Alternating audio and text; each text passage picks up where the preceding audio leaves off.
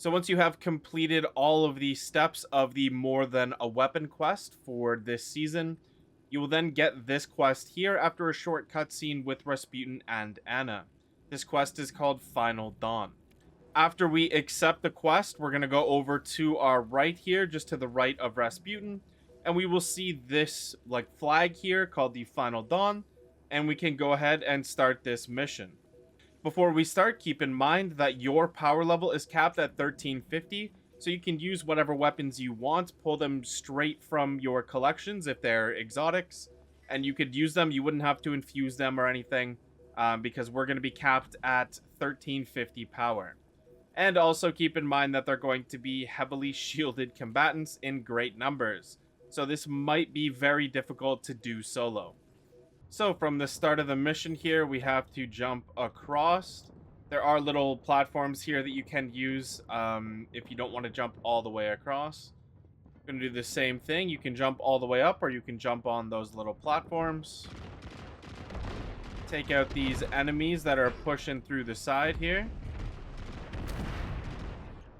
Just keep going along the left side here. Be careful of these rings.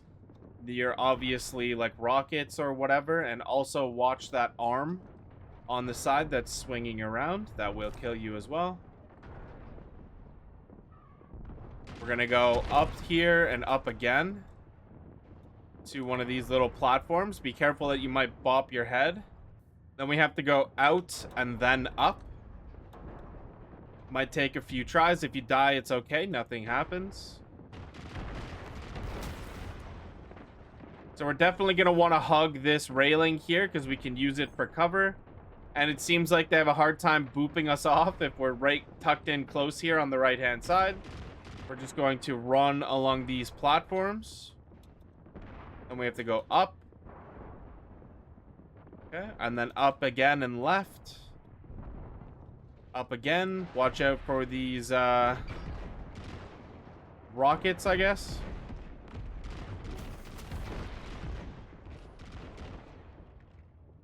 I'm just gonna hug close to the ship here. Up again. Out and then back in and up.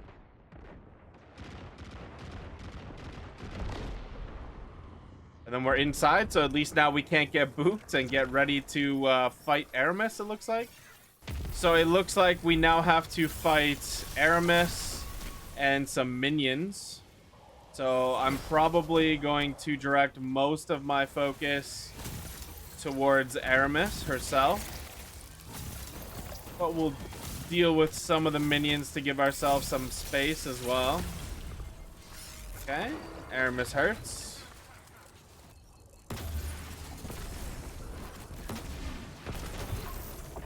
Okay, 2 Gallahorn shots for not really all that much damage. We're just gonna dump them all here.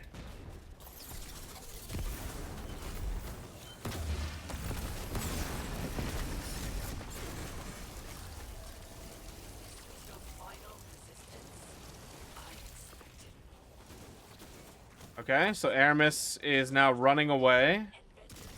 So I guess you just have to do a certain amount of damage to Eramis. So my suggestion would be to dump your heavy and your super into Eramis immediately. And that might cut down the length of like how many minions you have to fight and stuff, how many adds. It's just never-ending amounts of enemies? It might be. Because I have taken out quite a few here and they just keep coming. Yeah, I think it might just be like never ending. So let's get up here and take out these guys.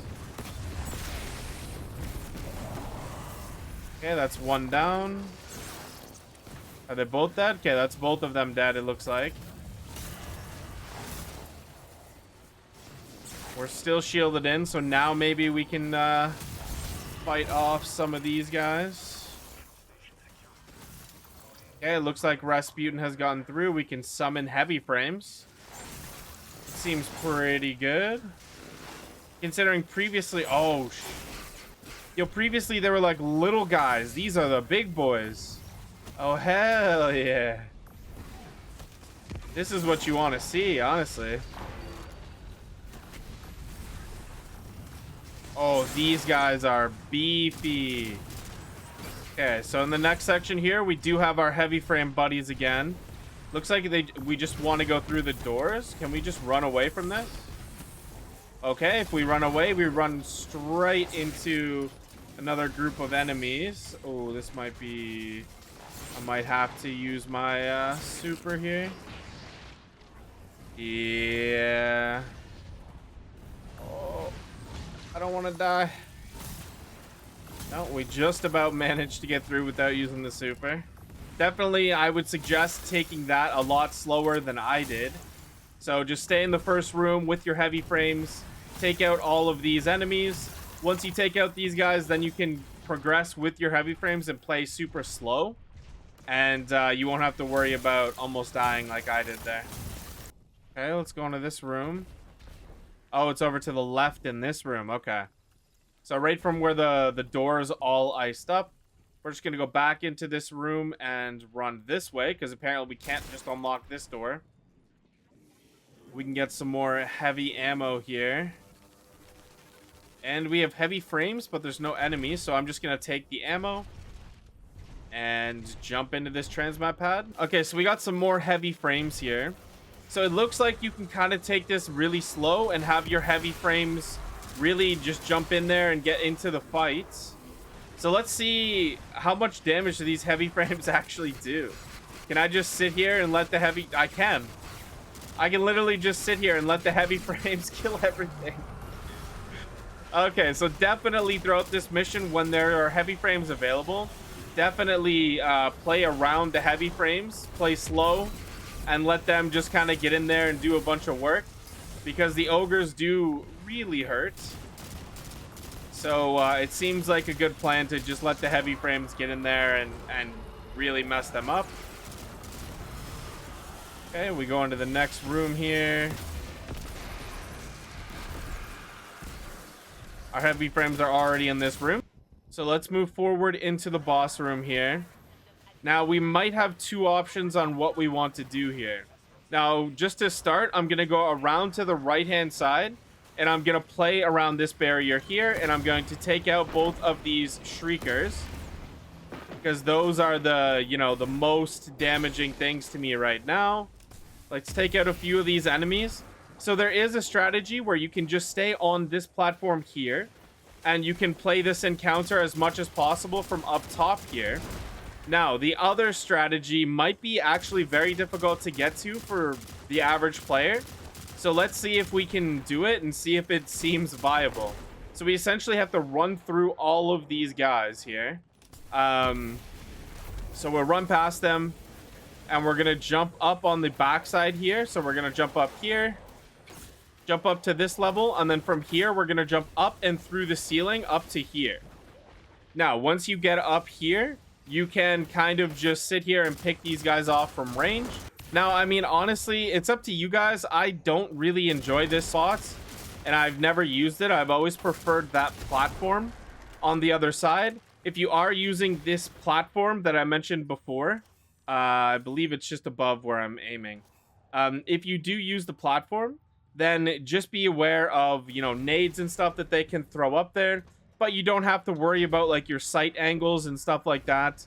You can just hang out up here. You don't have to worry about falling down, and now all of a sudden there's a ton of enemies that are going to just destroy you from every angle.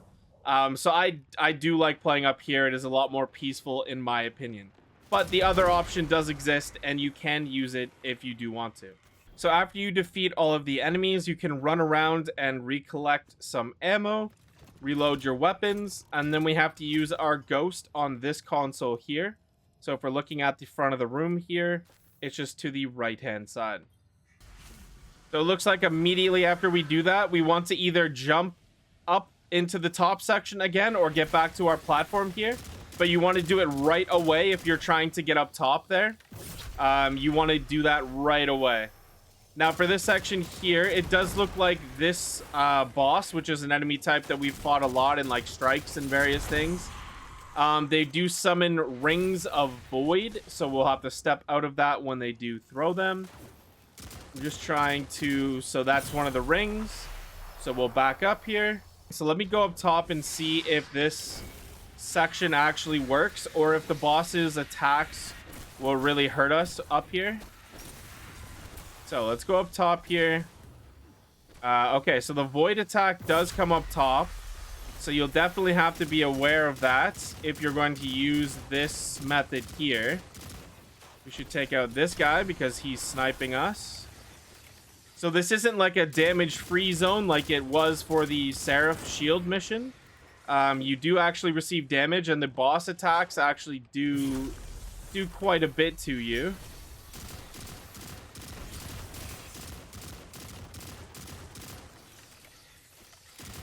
But if you play, you know, smart and you play slow up here, then it looks like we could use it to our advantage. I can't actually see the boss from here, though. So the boss is hiding underneath and using the void attack. So I'm just going to go ahead, jump down, and I'm going to go to my usual spot over here. Because it just seems like this will be easier to actually see the boss and shoot it. And also, you kind of just get stuck up there with the boss's attacks and things like that. So my recommendation would be to play on top of this platform here around this barricade. There is one sniper vandal that will spawn up here periodically, and you'll have to dodge this void attack. You might have to destroy some of the wizards, which have solar shields every once in a while. They will pop up, and we'll have to take care of them. So I've been trying to use a pulse rifle and a sniper, but I think I'm going to swap my weapons up a little bit here. So I'm going to go ahead and try, we're going to swap this out for a linear fusion. We're then going to swap this one here out for the Osteostriga. And then I'm also going to use a grenade launcher instead of a sniper here. So let's go ahead and grab some ammo for my grenade launcher.